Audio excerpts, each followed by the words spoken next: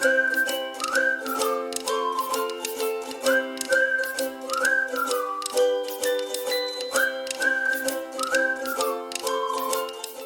guys, it's Jordan with Team J's Classroom Fun. Welcome back. Make sure you hit subscribe and like so that you don't miss out on any of the content that I put out.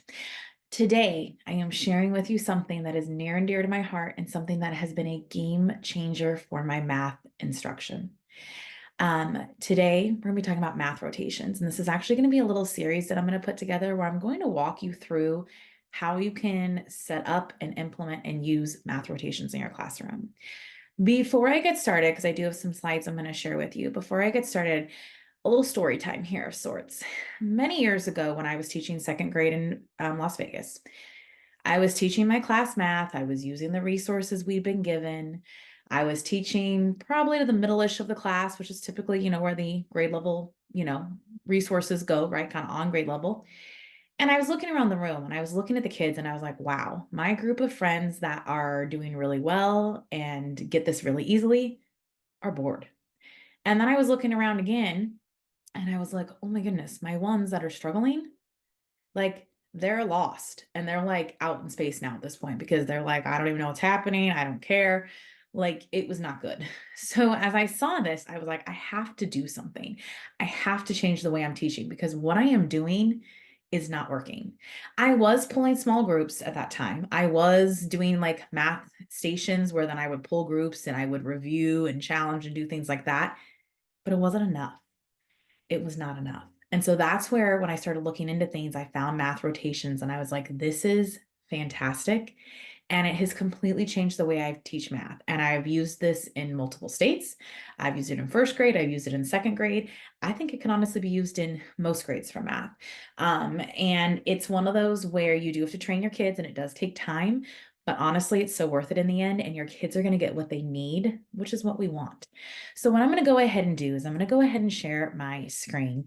And I today am going to be talking about the why. And you already got a little bit of the why when I shared my story with you about why I have switched to it. Okay, give it just a second to load up. So you kind of know my big why behind doing this, but I want to share a little bit more about this and why this can be beneficial in your classroom.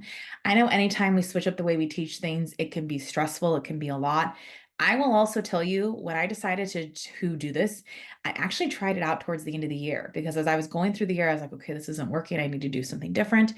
And so I think it was about like April, and I was like, you know what? We're going to try math rotations. Let's just give this a try. We'll see how this goes. And then if it goes well, we'll go full board and implement it like all year next year. And it went well, and that's what I did. So today, we're going to be on the first topic, which is why. So as I go through this series, and this will be a few videos, not just one, in addition to talking about the why, I'm also going to be going over math pretests. I'm going to be talking about how to group the kids because a big part of this too is flexible grouping. I'm going to explain what I use for mini lessons, which is where I do still teach whole group, and how the rotation process works. And I'm going to give you ideas for activities for all the parts of it. So you hopefully will be able to leave this whole series with kind of an idea of how you could go ahead and start this in your classroom. First, why? As I mentioned, differentiation and being able to meet everyone's needs is our job as teachers, right? I don't know any teacher that does not have a class where they need to differentiate, right? We all have some kids that do well with certain things and need more help with certain things. And differentiation is key to that. And like I said, teaching the standard old way and teaching where I did, a whole group lesson and then independent practice and then math stations, it wasn't cutting it. It wasn't differentiating enough for all my kids. The other thing that I love about this, and I might be jumping ahead of myself, is I get to meet with every kid every day in groups. So just because you're maybe on the higher side, I'm still meeting with you in groups and giving you what you need. And so that's a big plus too, because sometimes I was feeling with the other way I was teaching math that I was really only hitting the kids that's like, oh, well, I know they struggle with this, so they need extra practice. And then some of the kids I was hardly meeting with because there's only so many hours in the day. With math rotations, I see every kid in a small group every day. Next thing, another why for why to switch to math rotations. Whole group lessons do still exist, but it is not the majority of the lesson. The majority of the lesson is that small group instruction.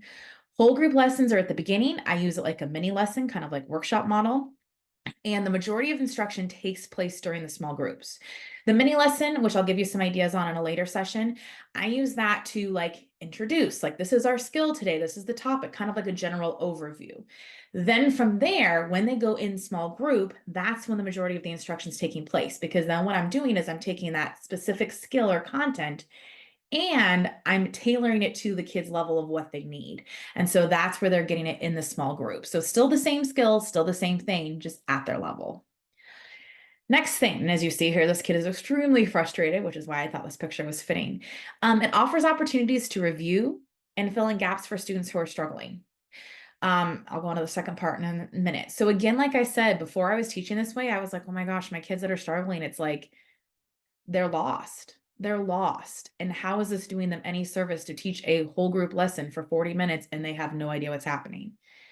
So they're still getting the same content. Everyone is still getting the same skills. It just might look a little bit different.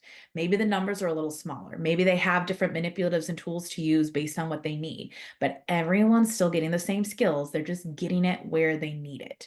So this also, like I said, offers the opportunity to review. And if there's some gaps with number sense and things, you can use this opportunity to fill that in. It also is the opportunity to challenge students who are ready to be pushed. Like I said, I know in my current classroom and in every classroom I've had, there's a wide range of abilities and levels and understanding, right?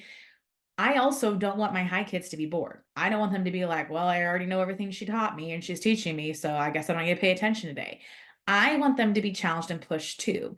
And when I say that, I don't necessarily mean okay, now I'm going to teach you fourth grade, even though you're in second grade. That's not what I mean.